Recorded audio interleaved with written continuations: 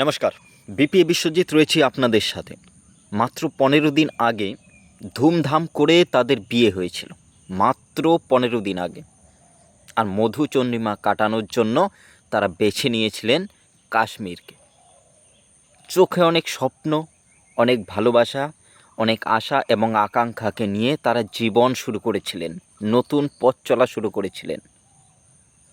এবং তারা যুগলে সেই সুন্দর মুহূর্তকে এবং মধুচন্দ্রিমাকে আরও সুন্দর করার জন্য কাশ্মীর চলে গিয়েছিলেন, কিছু সুন্দর মুহূর্ত একসাথে কাটানোর জন্য, ভূস্বর্গকে নিজের চোখে দর্শন করার জন্য। কিন্তু তাদের সেই মধুচন্দ্রিমা আর মধুতে পরিণত হতে পারল না, মধুময় হয়ে উঠতে পারল না। তাদের স্বপ্ন অচিরেই মরে গেল, তাদের স্বপ্নগুলো স্বপ্নই রয়ে গেল, তাদের আশাগুলো আশাতেই রয়ে গেল।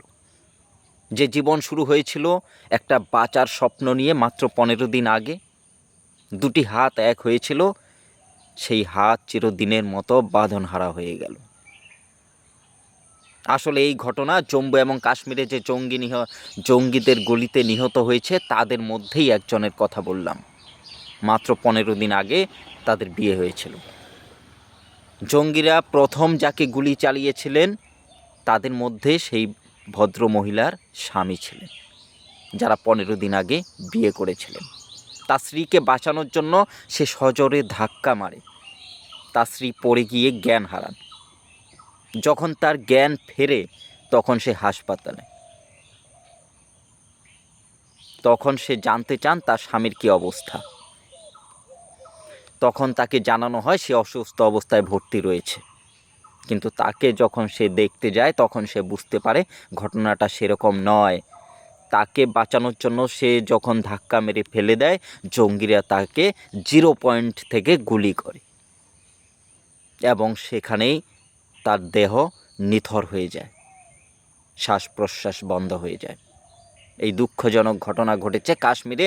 প্রাণ হারিয়েছেন জঙ্গিদের গুলিতে 26 জন, আহত হয়েছেন আরও অনেকে। নৃশংস ঘটনা যা ভাষায় বর্ণনা করা সম্ভব নয়।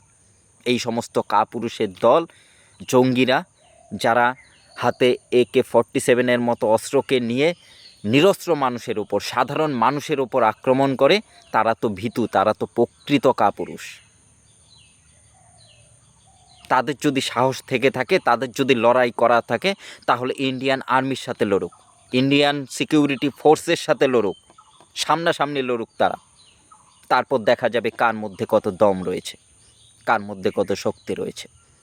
এই সমস্ত নিরপরাধ মানুষ যারা ঘুরতে গিয়েছে, যাদের হাতে কোনো অস্ত্র নেই, সেই সমস্ত অস্ত্রহীন মানুষদের উপর তারা ঝাঁপিয়ে পড়েছে অস্ত্র নিয়ে।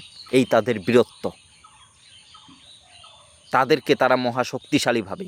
আসলে তাদের মতো ভীতু, তাদের মতো কাপুরুষ, তাদের মতো অমানুষ এই পৃথিবীতে একটাও নেই। তারা পৃথিবীর সর্বশ্রেষ্ঠ কাপুরুষ, সেই সমস্ত জঙ্গিরা।